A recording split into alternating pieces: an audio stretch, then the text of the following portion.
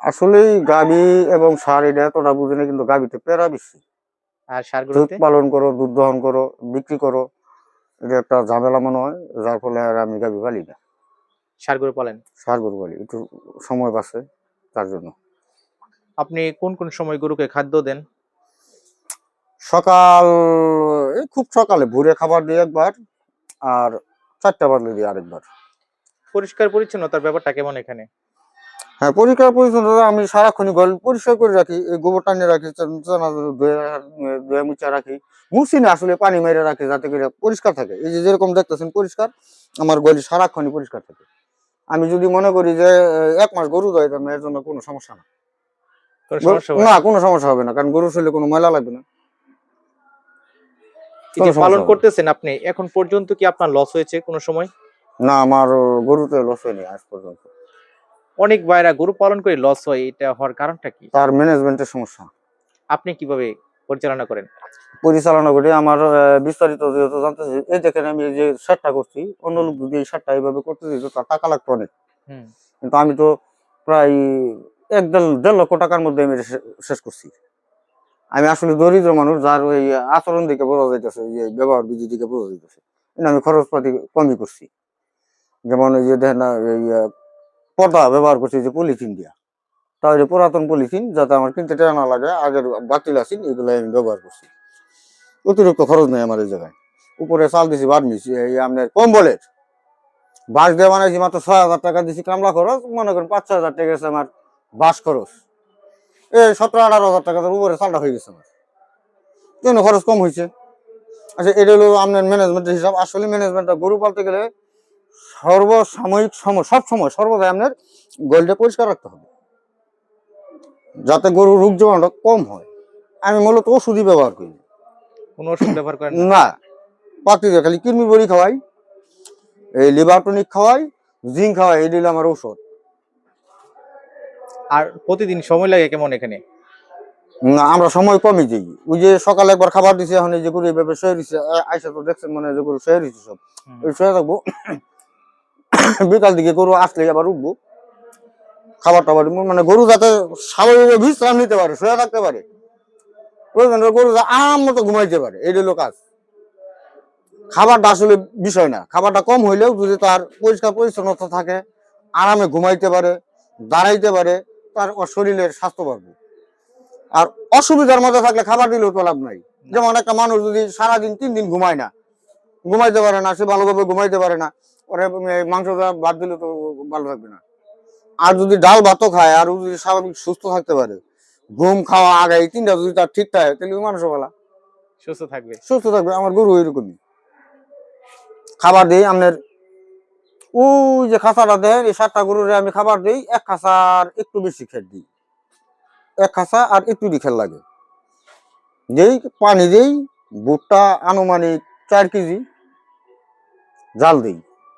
জাল দেয়া এই ভুট্টা, লবণ, পানি একেবারে মিশায়া খাবার দিই। এটি খাবার যখন আস্তে আস্তে শেষ পর্যায়ে আসে, তখন বাজারের যে কিনা খাবার আছে, এই এসিআই মিটমুর খাবারটা, এই 7টা গরুর বড় 3 কেজি খাবার দিই। না, 3 কেজি না, 2.5 কেজি। 2.5 কেজি? হ্যাঁ, ওই সকালে 2.5 কেজি, বিকালে 2.5 কেজি। আর নিজে শ্রম দিচ্ছেন? আর নিজস্ব এই। ও আবার ওই যে মেশিনে খের পুলি, একদিন পুলছিলাম, ওই যে প্রায় 1 মাসের উপরে গেছে গরু কম তো। একদিন পুলছি, ওই যে ওইখানে মেশিন আছে আমার, একদিন করলে মোটামুটি 1 মাস খাওয়ানোর কোনো বিষয় না।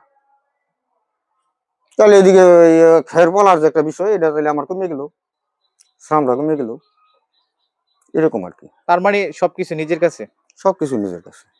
যদি আপনার ইচ্ছা শক্তি থাকে, সেক্ষেত্রে আপনি সব বিষয়ে আপনি লাভবান হতে পারবেন। আমার যদি ক্যাশ ক্যাপিটাল থাকতো, তাহলে মানে আমি অনেক গরু মালিক হয়ে যেতাম। আমার আল্লাহর রহমতে অনেক লাভ হয়, এটা বাস্তব।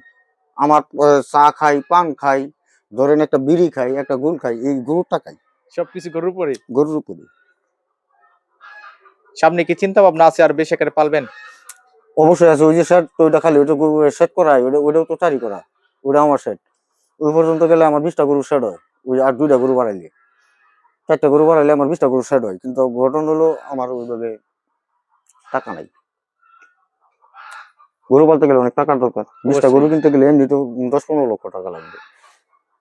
তারপর হলো খাবার খরচ।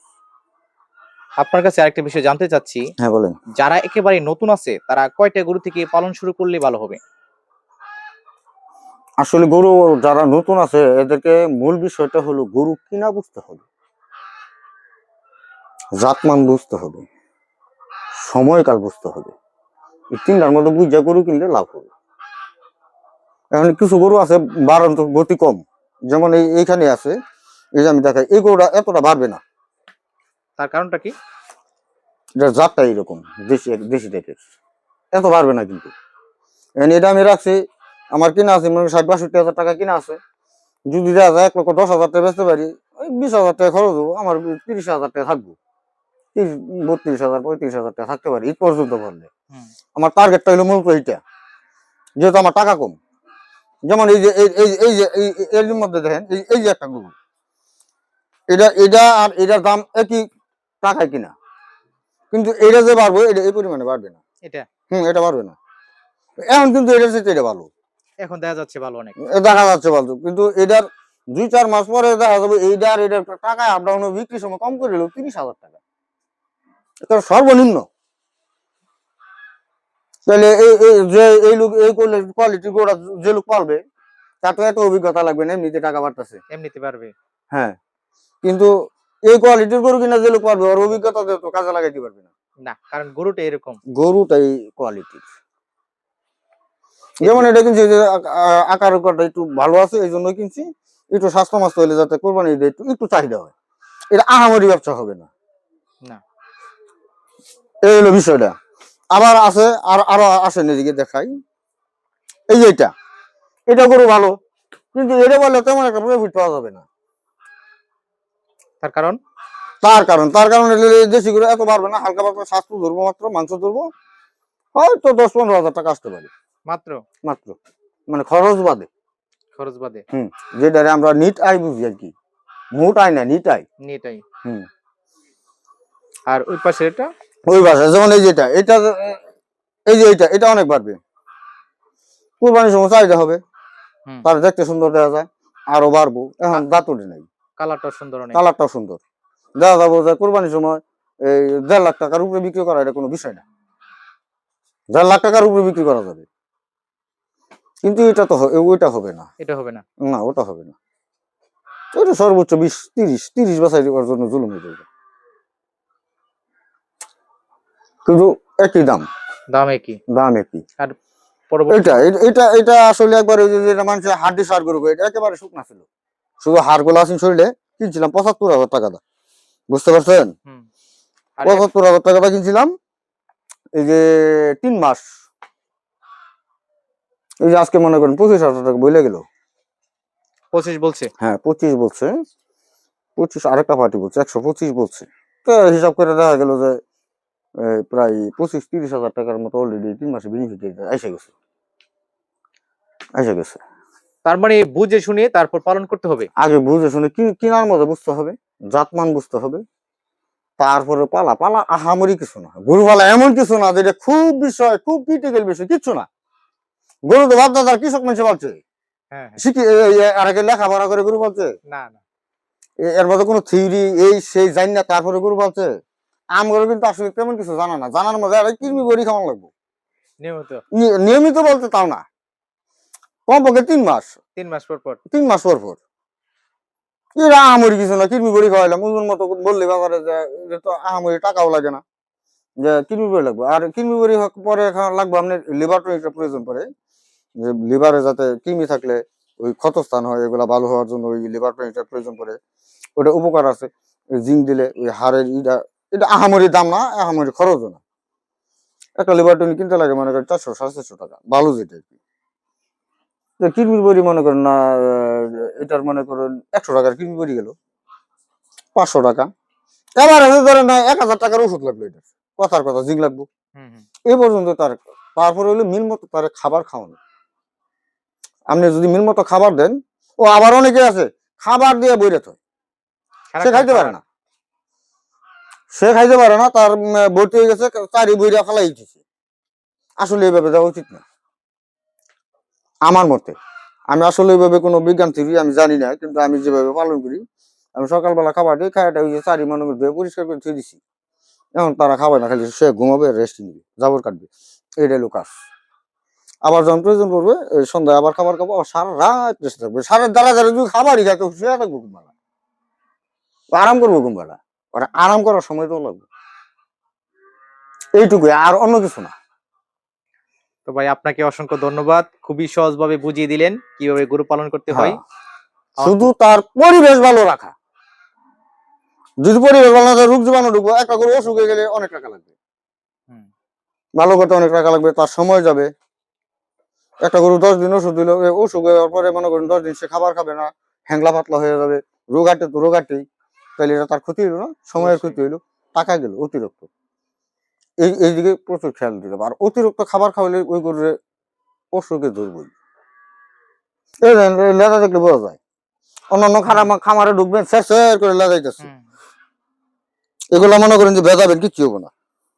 তার মানে কি অতিরিক্ত খাবার তার নাই, নাই, পরিমাণ মতো, পরিমাণ না, মনে একটু শর্টই হালাই, ঠিক একটু শর্টে থাকুক, এটা সমস্যা না।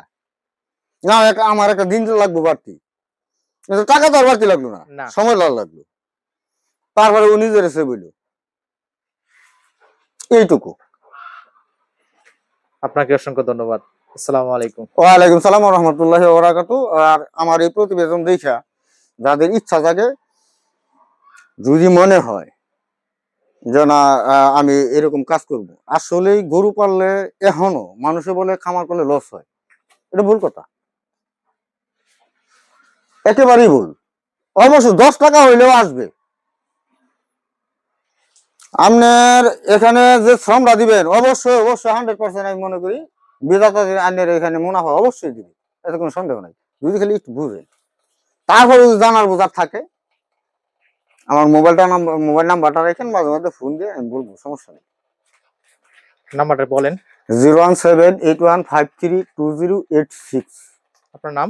আমার নাম আব্দুর রহিম বাচ্চা, গ্রাম হলো বিজগিরিপাড়া, থানা নালিতাবাড়ি, জেলা শেরপুর। ধন্যবাদ।